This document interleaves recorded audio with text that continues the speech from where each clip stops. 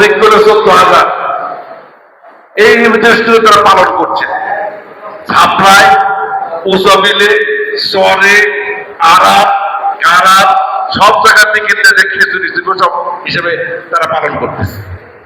অথচ আজকে দিনের পর সন্ধ্যার পরে যখন শ্রমিকের সময় আসবেন, নেতাদেরকে একটা তিরোধন করতে যা করা প্রয়োজন পুরাতে চলে যায়।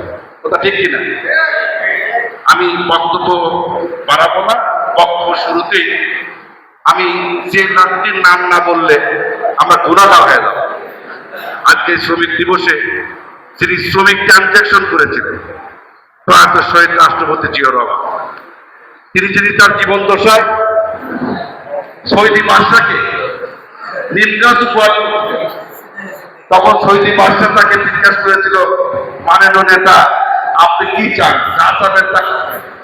আমাদের প্রিয় নেতা শহীদ রাষ্ট্রপতি জিয়াউর রহমান বলেছিল, আমি নিতে আসি না, দিতে এসেছি। আমি আমার গরিব দেশ, আমার দেশের কিছু শ্রমিককে আপনার দেশে কর্ম ব্যবস্থা করে। এই যে শুরু হলো, যার কারণে প্রবাসীদের রেমিটেন্সের কারণে কিন্তু দেশ আসলে কিন্তু চলছে সংগ্রামটা। সেই প্রয়াত শহীদ রাষ্ট্রপতি জিয়াউর রহমানের পিতা আপনার মাগফিরাত কামনা করি, মাগফিরাত কামনা করি। এই প্রবাসী কল্যাণ মন্ত্রণালয় প্রতিষ্ঠাতা আপোষের দেশ নেত্রী বেগম খালেদা জিয়া আপনার মাগফিরাত কামনা করি।